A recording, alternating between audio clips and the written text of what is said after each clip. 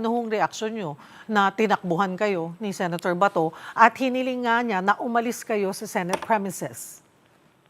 Eh, yun na nga po, no, nakakatawa kasi sinabi niya, ni-wrestling daw siya ng mga NBA agents.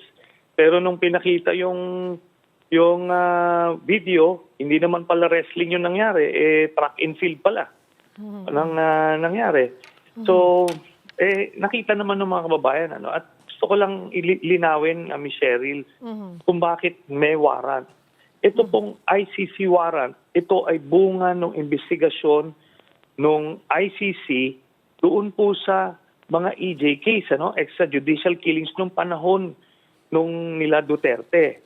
Tayo po, nakita po natin kung gaano karaming Pilipino yung pinapatay noong mga panahon na yon. Ang pinuno ng PNP ay si Bato. Siya dapat ang makakapagpigil nun kasi ang mandato ng PNP ay to serve and protect. Hindi po maging instrumento sa pagpatay ng mga libo-libong Pilipino. Kung may kriminal, ikulong.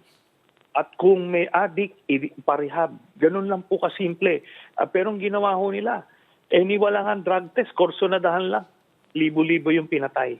Yun po ang reason ko bakit siya may warrant.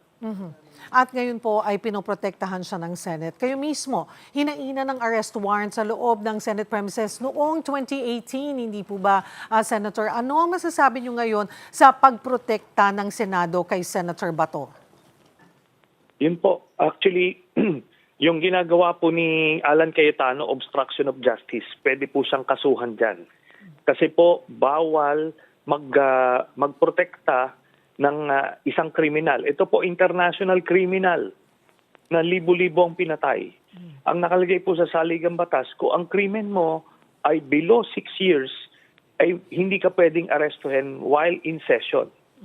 Pero, kagaya po nung nangyari po sa akin, in session ako inaresto dahil yung rebellion, nung binawi ni Digong yung amnesty ko, ay life imprisonment yung penalty nun. Kaya po ako sumama. Sumama po ako voluntarily nung binasahan ako ng Miranda rights. So, wala po. Wala sa rules, wala sa batas yung ginagawa ni Alan Cayetano. With this po, kayo po ba mismo ay may aksyon na gagawin about this? Tayo po ay mag-observe muna. But ito pong kailangan po dito yung public pressure. Pressure from the media, civil society, church, yung mga kababayan natin, na isurrender dapat ang isang kriminal. Yung ordinaryong Pilipinong nagnakaw ng isang delata, kinukulong. Itong mamang ito, libo-libo po ang pinapatay. Paliwanag po yan.